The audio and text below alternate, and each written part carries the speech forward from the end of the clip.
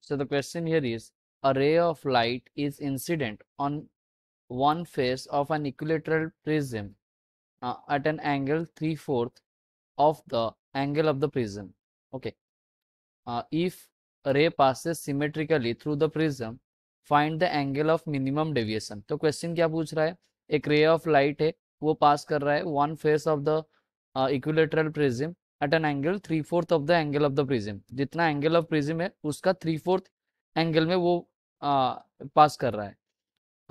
तो हमें बताना है एंगल ऑफ मिनिमम डेविएशन कितना होगा. Okay, so the key concept of question here is,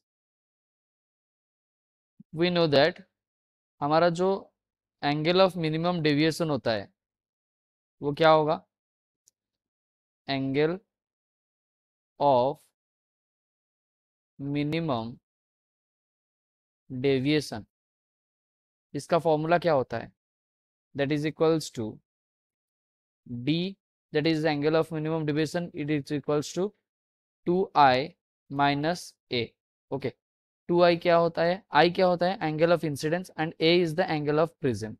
okay, so let's see this question. जैसे कि हमारे पास बोला गया है, इधर हमारा जो प्रिज्म है वो इक्विलेटरल है. प्रिज्म हमारा क्या है, इक्विलेटरल है. उसका मतलब जो एंगल हुआ प्रिज्म का वो कितना होगा, वो 60 डिग्री होगा. ओके, एंड जो हमारा जो हमारा ए है दैट इज 60 डिग्री. सो आई हमारा कितना हो जाएगा, एंगल ऑफ इंसिडेंस हमारा दिया गया है 3/4 of the angle of prism.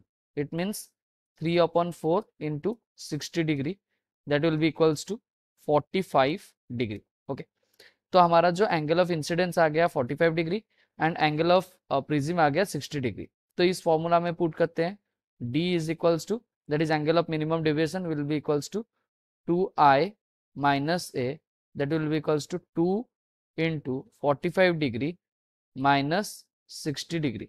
okay, so this will be 90 degree minus 60 degree, that will be equals to 30 degree. तो हमारा एंगल ऑफ मिनिमम डेविएशन कितना आ गया, 30 degree is our correct answer.